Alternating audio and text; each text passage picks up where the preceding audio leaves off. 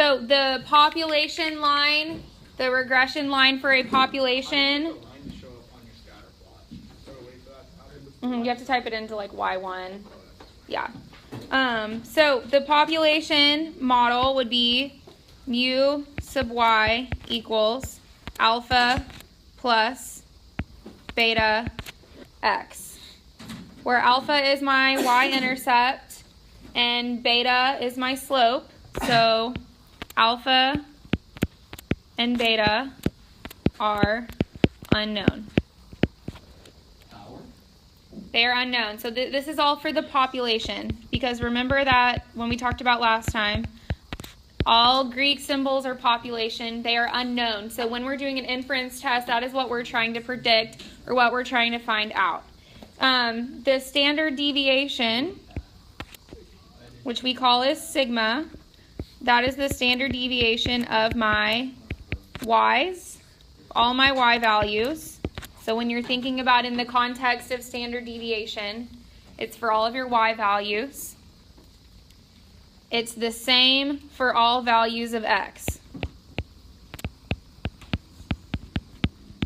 So whenever we did that little visual where we had a normal curve at every x value, that is what that means. So the same for all values of x. Sigma is also unknown. We don't know what that is. We just know that it's the same.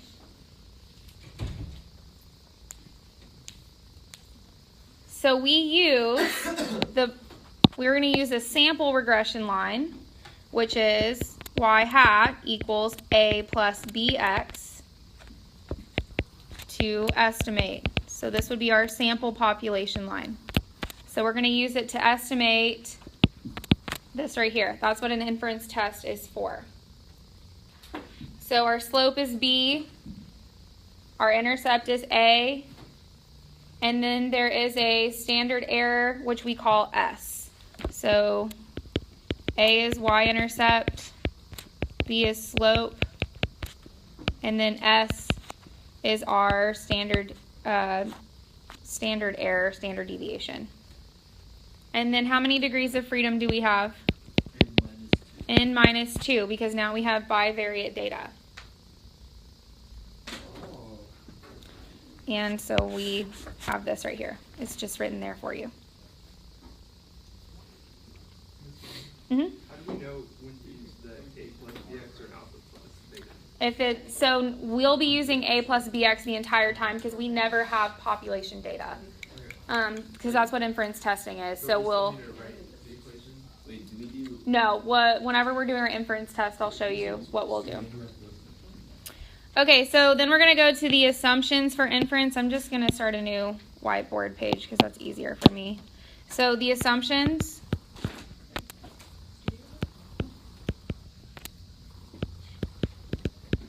The first thing that you do with assumptions is you're going to make 3 different graphs unless they're already provided for you. So if they are provided for you, then you don't have to worry about it. Most of the time on an AP test, they will be provided for you because they just will give you computer output and then they'll give you the graphs.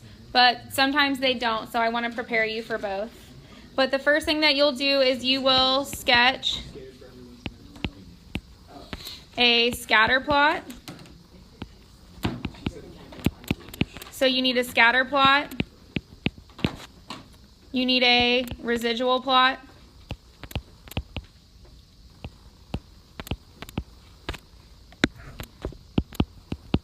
And then you also need one of the 2 things. You either need a box plot of residuals or a normal probability plot of residuals.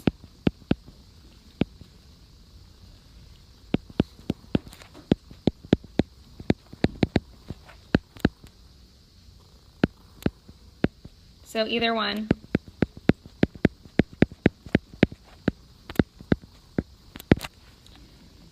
So once you have all 3 of those things, then you start with assumption number 1. Assumption number 1 is that you have a random sample of blank. So there is a random sample of 18 people, 25 chickens. I'm not really sure. Just whatever you're taking, that would be your context. And also put the number. That's always helpful. For the second thing that we want to prove that we have a linear relationship. So we would say since, and this will always be the case. We're never going to proceed with caution in these types of things. It'll always be linear, and it'll always be, the residual plot will always be scattered. They're not going to try and trick us. So since the scatter plot, this is the year, yes. Proceed with caution. You still run the test, just proceed with caution. So since the scatter plot is approximately linear and residual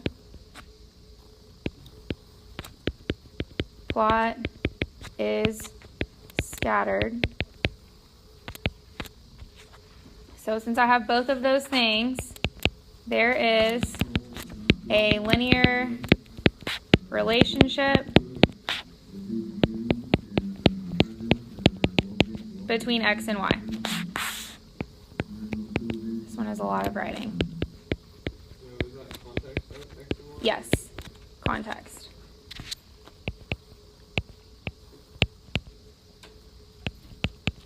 So between maternal age and birth weight of babies, between height and weight, between studying and test scores.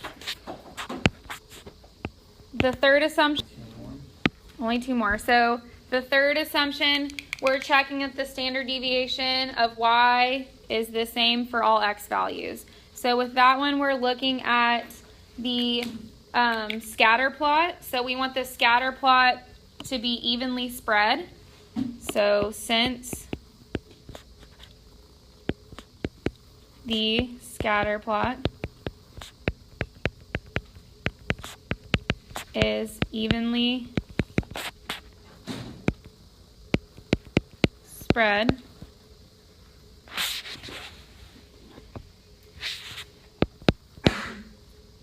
let's see, is evenly spread the standard deviation of Y, that's context, is the same for all X's. So X and Y will have context.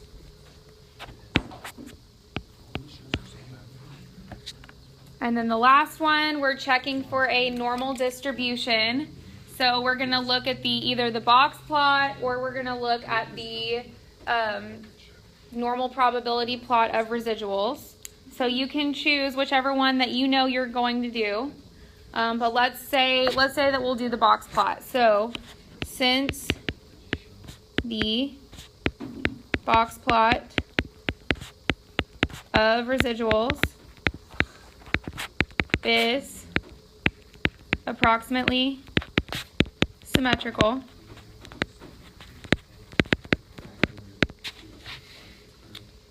the Y's in context. Did you say without outliers? Yeah, you could say with no outliers as well. Are normally distributed. That says normally. It looks like normally distributed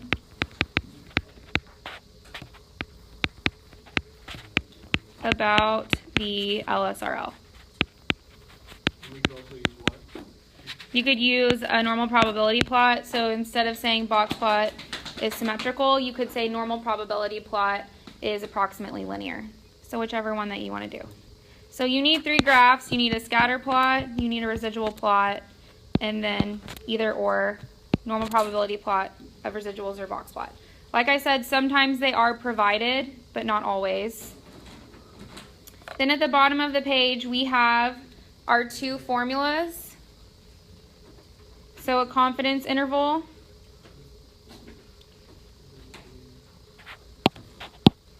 So for a confidence interval, the formula is B plus or minus T star SB. And then a hypothesis test, the formula is T equals B over SB. Do what? What's B? Yeah, so then Like from the. B is the slope. Okay. And then SB is the standard deviation of the slope. So then the final thing that I want to talk about is what the hypotheses look like for a hypothesis test. Because you're going to be kind of doing the write-up. So I think, is it on the back? Yeah, so let's go ahead and flip to the back. What I want you to do, we're going to do one of these together, is I want you to put all of your data into L1 and L2. Okay, so the line of best fit would be y hat equals what? Negative 27.38 plus 0.2499x. And remember, we have to define our parameters. So what is y hat? Y hat is predicted what? Predicted body fat. And x is predicted what? Or not predicted, x is what? Just weight. Are you sure you're right? Was that what you guys got? Yeah. Yes? Okay.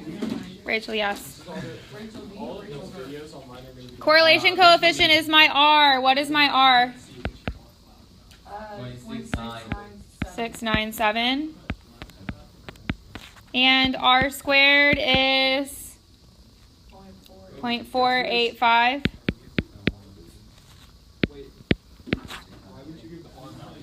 It asked for it in the problem.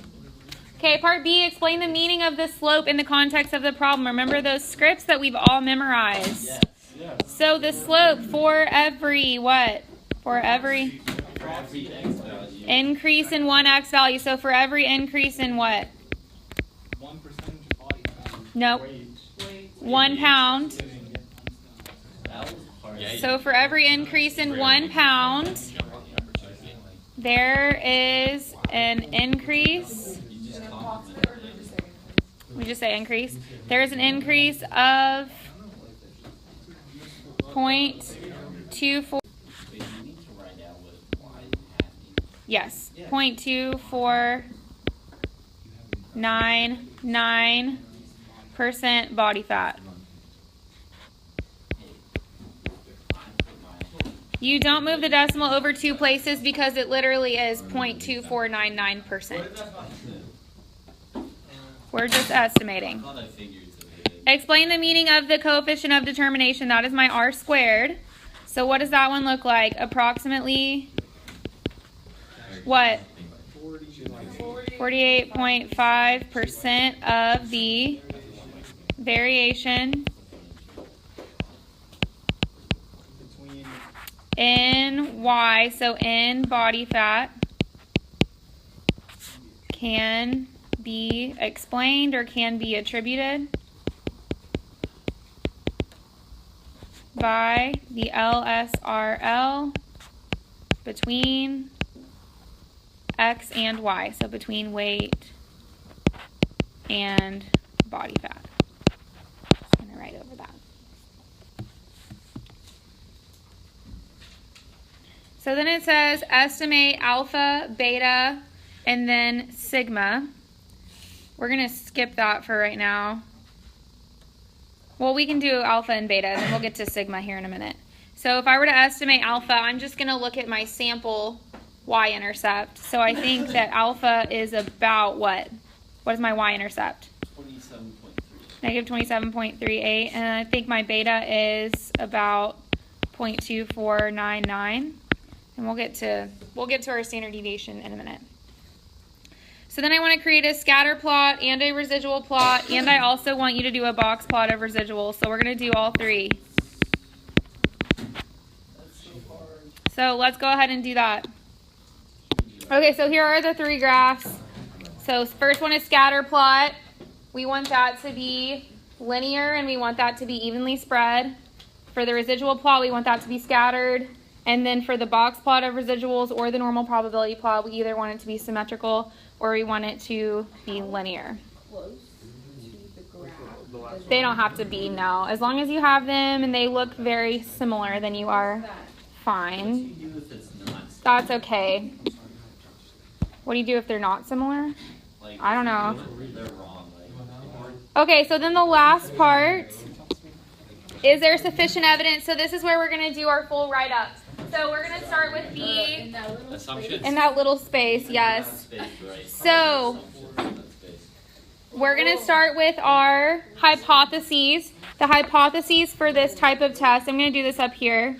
The null hypothesis is always beta equals 0. You see this equation? And the alternative hypothesis is beta does not equal 0. How did I know that? Every single hypothesis test is going to be not equal 0 unless it specifically says a direction. It'll say positive or negative, but there are very few that I have ever seen that indicate a direction. You just want some sort of relationship. So assume that it's not equal to unless it is just blatantly obvious that they say positive or negative. Then I'm going to define beta. So where beta represents the true slope of LSRL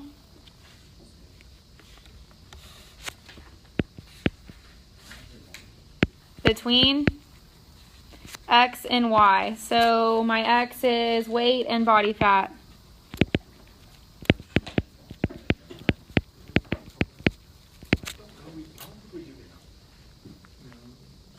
So then assumptions, my first one is always what?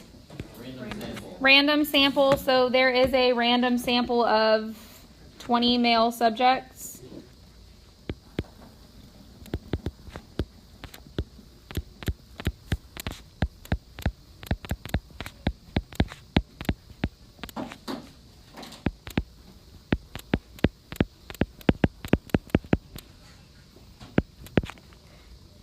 The second one is is the linear model appropriate? So what tells me that a linear model is appropriate?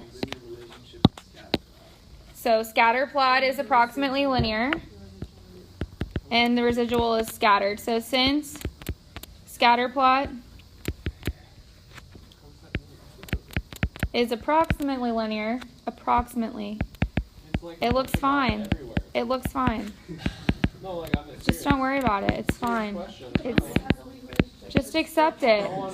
Just accept it. It is fine. Just accept it. Just accept it. It is fine. Approximately linear and residual. You don't need a comma. You don't think that there's a linear relationship between weight and body fat percentage? No, actually. Yes. Yes, there is. You're an outlier. You need to get out. I thought you called him a liar. I thought you said You're a liar. you're a liar because you're fat. That's false. This false. Muscles way more than fat. Also, you don't need a comma there. Thank you. Kevin, that's why you always say Since the scatter plot is approximately linear and residual plot is scattered, a linear model is appropriate.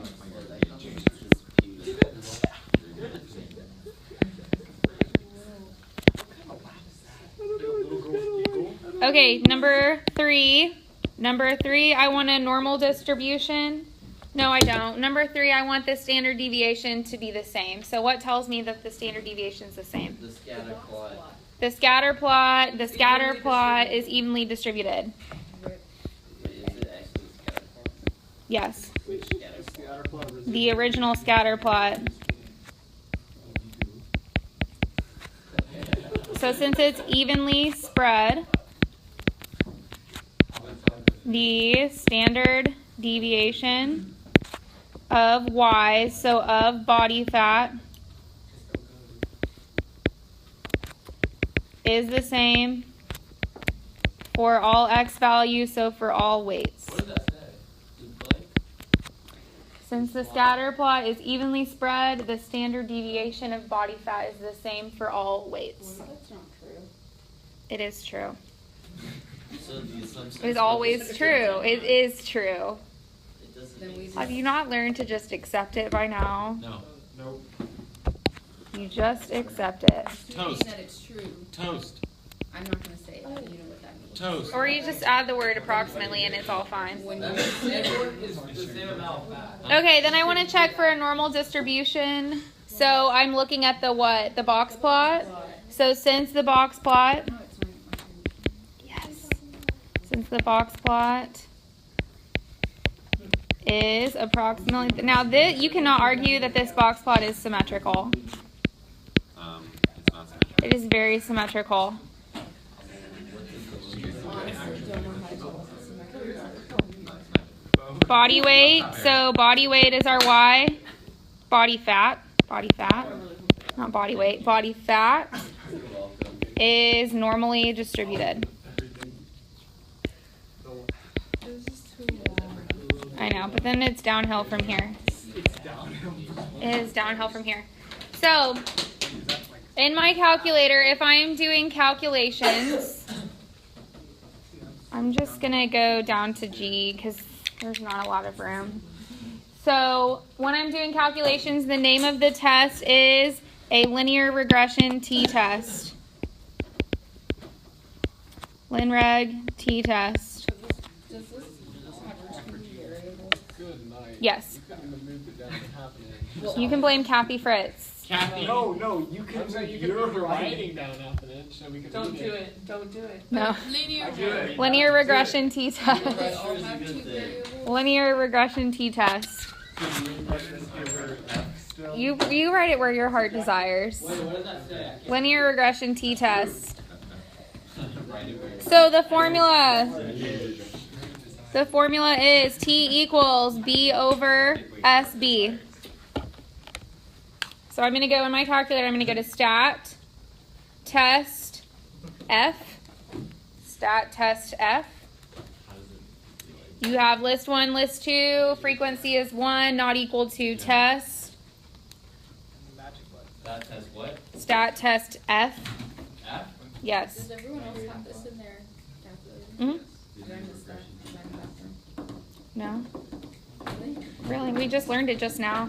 No, but when we did it in the calculator. No, we haven't done it yet. We're doing it now. So my B is 0.2498. My standard deviation is 7.049. And my test statistic is 4.12.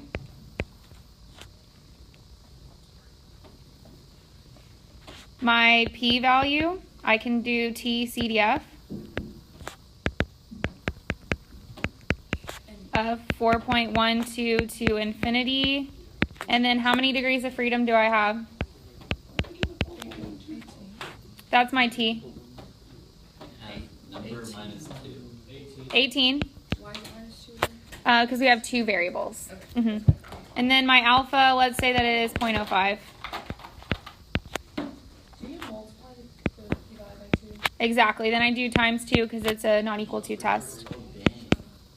And my p-value is 0.000643.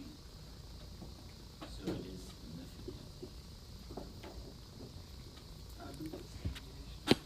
It's the S on my calculator. It doesn't say SB, it just says S, but it's the same. And then my conclusion, since the p-value, this is still a conclusion.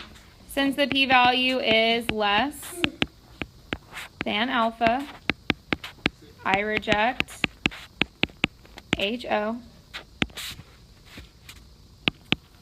There is sufficient evidence to suggest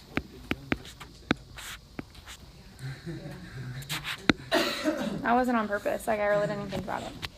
There is sufficient evidence to suggest, and I'm suggesting the alternative hypothesis. So that alternative is saying that there is a linear relationship between weight and body fat. So I would say that the weight can be used to predict body fat because that's what it says here. So you can just put that in. You could say weight can be used to predict body fat, or you could say that there is a linear relationship between weight and body fat, which is what I'm going to say.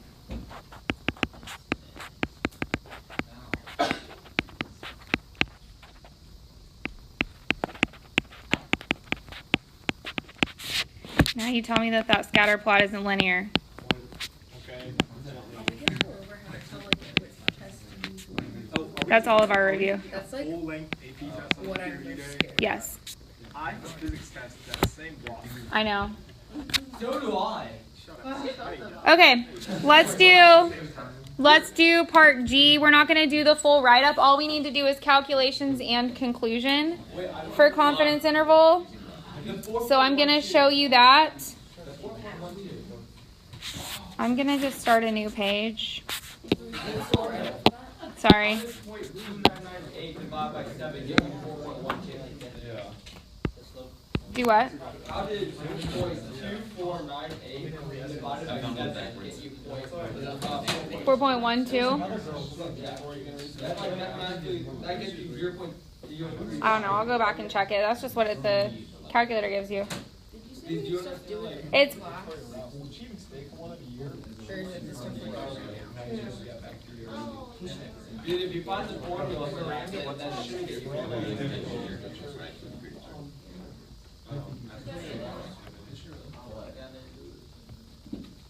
I'll go back and check it in a minute.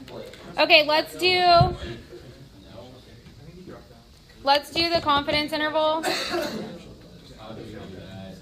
Okay, so the confidence interval, if I go to stat test, it's a linear regression T interval, so stat test G, and I'm doing a 95% confidence interval.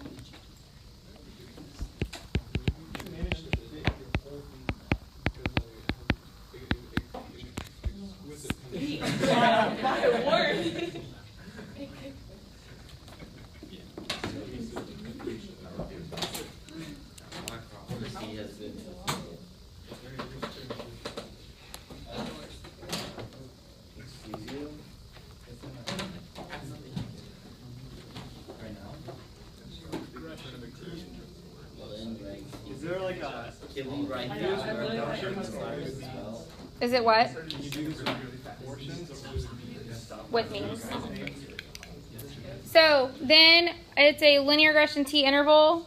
The formula is B plus or minus T star SB.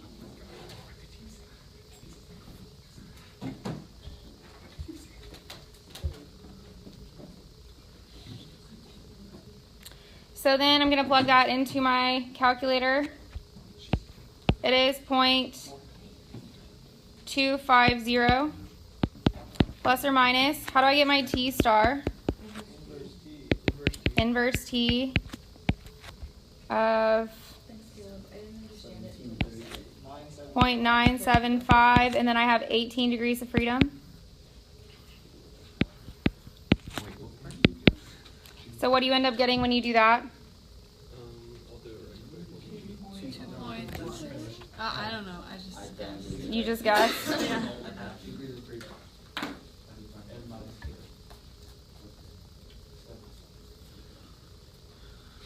What do you get for T star? 2.1. 2.101. I was close. So 2.101. Okay, so the calculator does not give you the SB because it's just S, and that's the standard deviation of the errors. So if you look at the computer output at the bottom, the 0.2498714, that's your B. Then your SB is 0.0606539. Do you see that? Yeah, the really long. Yeah, that's the computer output. So they would have to give you that number in order for you to do a write-up. They would have to give you a computer output. It will. They'll always do it because we can't calculate that on our own. They can't calculate They won't. what on our end? The S sub B, so this is the standard deviation of the slope. Then how do they calculate it if we can't calculate it? Computer output does it. But our calculators can't? Yeah, that- No, he's it's the got a formula. point. He's got a point. That doesn't make sense. There's a formula for it, but we do not require you to memorize the formula. Who's this we you're talking about? Yes, I would AP, love to. like AP statistics does not require you to memorize the What about formula. college? Because they will give you, you could probably memorize the formula. Jonathan, look it up right now. Yeah. It's just, you're just dividing it by all of the deviations, like the residuals. So if it gives you the residuals, then you could do that. So then you get, what is your confidence interval?